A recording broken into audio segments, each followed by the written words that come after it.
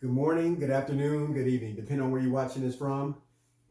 Thank you for tuning in to another episode of the Weekend Review with myself, Realtor Rob, and we're just going to go ahead and jump right into it. So, first for this week, this will be for the week of 25 July, the 25th of July. So, the first post that I have is 4 reasons why the end of the forbearance will not lead to a wave of foreclosures. So there are, like I said, 4 reasons. So the first one, there are fewer homeowners in trouble this time around. Number 2, most of the 1.86 million in forbearance have enough equity to sell their home. So they sell their home and then they pay off whatever the back mortgage or, however much they are in arrears, they have enough equity to pay that off, pay it up current.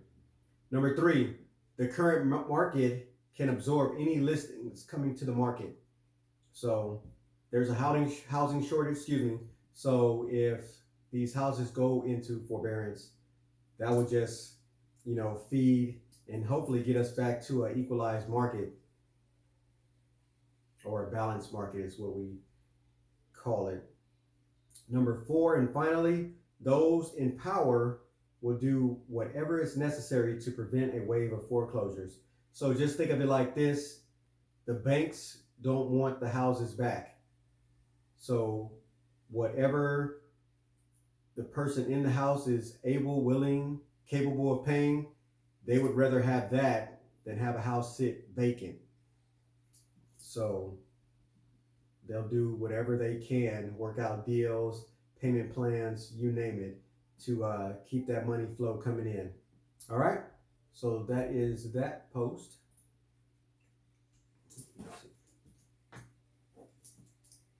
All right, we have a motivational post.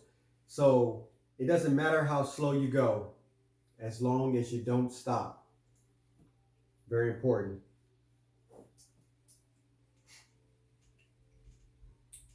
Next, we have a burning question. So have you ever asked yourself this burning question? Should I pay off my mortgage quicker and then invest after? Or should I pay the minimum on my mortgage and invest at the same time? So this post is from Denise and her team of mortgage nerds, and they have the 2 scenarios that I just went over. So option 1 is pay off your mortgage first, invest after. The second option is pay your mortgage minimum and invest at the same time. So give that post a read. It's a quick read and see which one would benefit you the most.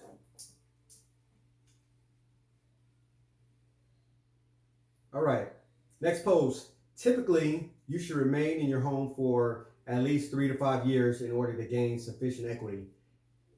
Typical years, So consider your equity position, the position of your local real estate market, consider your final payoff balance, and federal capital gains tax. So in small print, it also says it can be eliminated up to $500,000 if you're married with a 1031 exchange.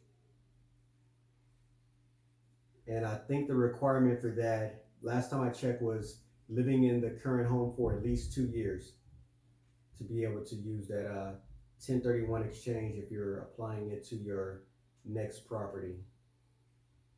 But of course, get with your mortgage lender and your realtor, which hopefully is me, and we can check what the current status of that is.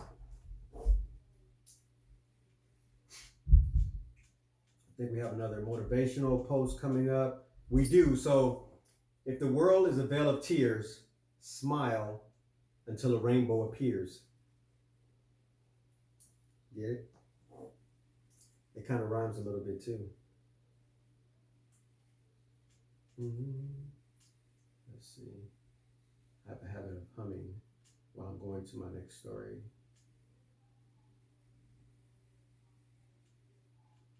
All right.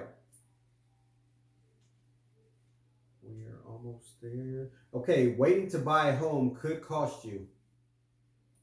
So let's see. So There's a little infograph here, and they have three different ones. They have one for 250, 250K, 500K, and 750K. I'm just going to do the one for 250K home loan, and you can go ahead and read that story at your leisure. So take a $250,000 house, and they're using from January of this year, January 2021. The mortgage rate would have been or was 2.8. The mortgage payment, principal and interest, would have been $1,027 with an annual home appreciation projected at 12.1%. Now you take that same house, January 2022, a year later, and they're estimated that that house is going to cost you $280,250. So $280,250. $280,250 at an interest rate of 3.4. The mortgage payment then will be $1,243 with an annual home appreciation projection of 5.3%. Now we go out another year to January 2023. That same house that started out at $250,000 is now going to cost you $295,103. And the mortgage interest rate is projected to be a whole percentage point higher than the beginning of this year. It's projecting at 3.8%. So now your payment would be $1,375. And for this one, they don't have an annual home appreciation projection yet, that far out. But from January 2021 to January 2023, that same house is going to cost you roughly about $350 more a month and roughly $45,000 overall purchase price, just year over year. So yes, the answer is yes. Excuse me. Waiting to buy a house could cost you.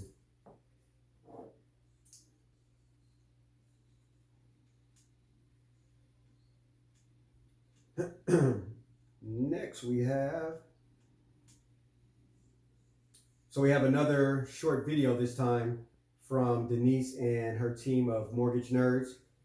So this one is talking about where are interest rates headed. So she's doing a little video, and she put together a spreadsheet showing all the leading economists from Freddie Mac, Fannie Mae, the MBA, and the NAR. And she's looking at 2021 quarter three, the third quarter, and 2021 fourth quarter, which is the end of this year, and then the beginning of next year, which is 2022 first quarter and 2022 second quarter. So check out that video and see if the interest rates, according to leading economists, are headed up, staying roughly the same, or trending down. All right. Okay. This is, I guess, is interesting. I mean, I've experienced it, so it's not a surprise to me, but it says nearly 1/3 of sellers admit using spy cams during showings. And let's see the reason. So the top reason at 49% was to understand what buyers do and don't like about the home so they can make any needed changes. Coming in second at 36%, to gather information that will be useful during negotiations. Next at 31%, to ensure my home is safe during showings.